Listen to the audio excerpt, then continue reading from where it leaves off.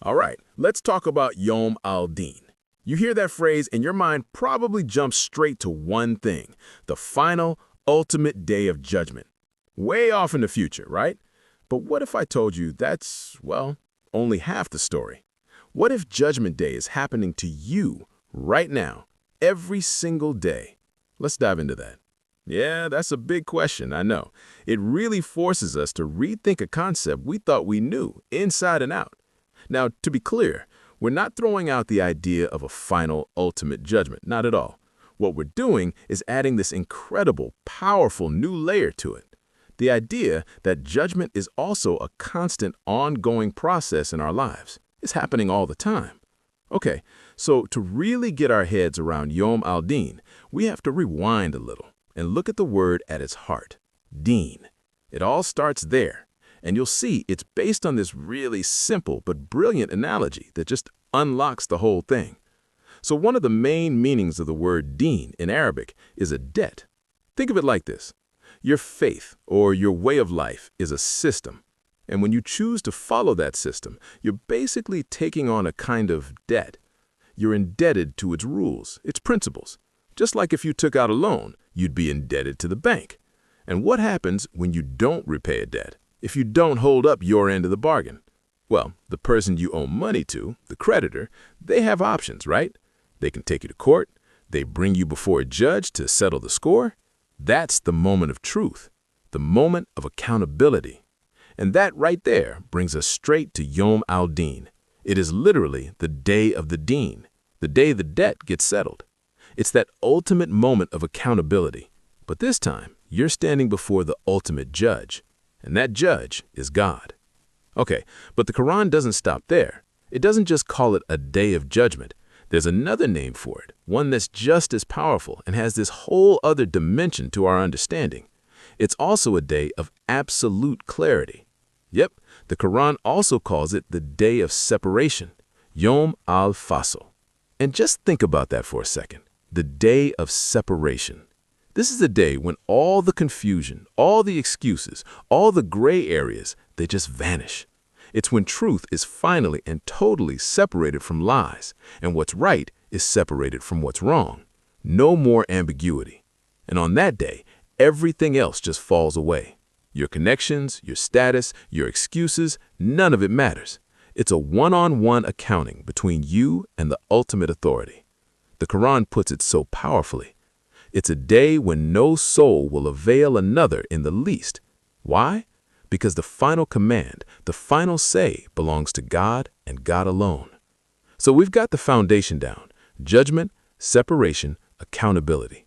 But now we come back to that big question from the beginning. What if this day isn't just one single event way in the future? This is where things get really interesting and the whole concept just expands. So you've got two ways of looking at this. The common view, the one we all know, is that Yom al-Din is that one single final event at the end of time. And that's absolutely a part of it. But there's this deeper view. If you look closer at the language, you find this other meaning that's happening all the time.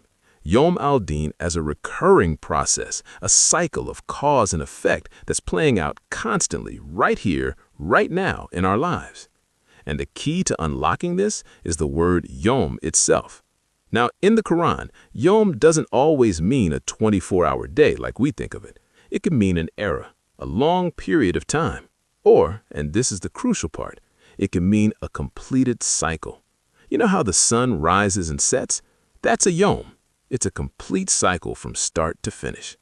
So if we take that idea and apply it to our lives, it means that every single chain of actions we start, whether they're good or bad, is its own cycle. And when that cycle naturally plays out and comes to its end, the consequences show up. That moment right there, when the results manifest, that is a Yom al-Din. It's the judgment day for that specific cycle of actions. It's when the bill comes due, so to speak. Okay, so if we're on board with this idea that judgment is this ongoing process, that our actions are constantly creating these results, then the big question is, so what? How does that change the way we live our faith day to day? What's the practical advice here? Well, the source we're exploring here boils it all down to three really powerful principles for navigating this whole thing. They are focus, sincerity, and application. Let's take a look at each one. First up is focus. Look, when you're trying to do the right thing, trying to live a good life, you're gonna have critics. People are gonna talk. The guidance here is crystal clear. Focus on God, the ultimate judge, not on them. Don't let the court of public opinion distract you from your path. Just tune out the noise. Next up, sincerity. This one is all about your why. Why are you doing what you're doing? Are you performing good deeds to get praise, to look good, to build your status? Or are you doing it purely for God? Sincerity is about cleaning up your intentions, making sure the cause is pure so that the effect you get is the one you actually want. And third, application. This is where you bring it all into the real world. It means taking every little thing you do and turning it into a positive cause. So when you dress well, you're not just being vain, you're reflecting the divine attribute of beauty. When you eat, you're not just filling your stomach, you're expressing gratitude. You can elevate every single mundane act, even just walking down the street, into an act of purpose.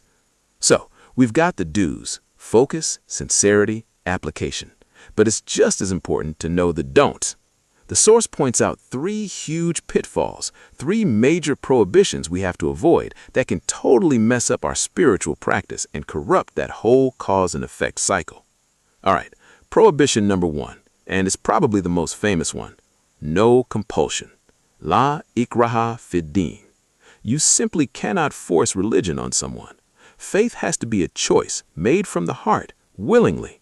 If you force it, the cause becomes hollow and the whole action is meaningless. Number 2 is a bit more subtle. It's about avoiding misplaced pity. What does that mean? It means you can't let your sentimentality get in the way of justice or the natural consequences of actions. In other words, that's the deen at work.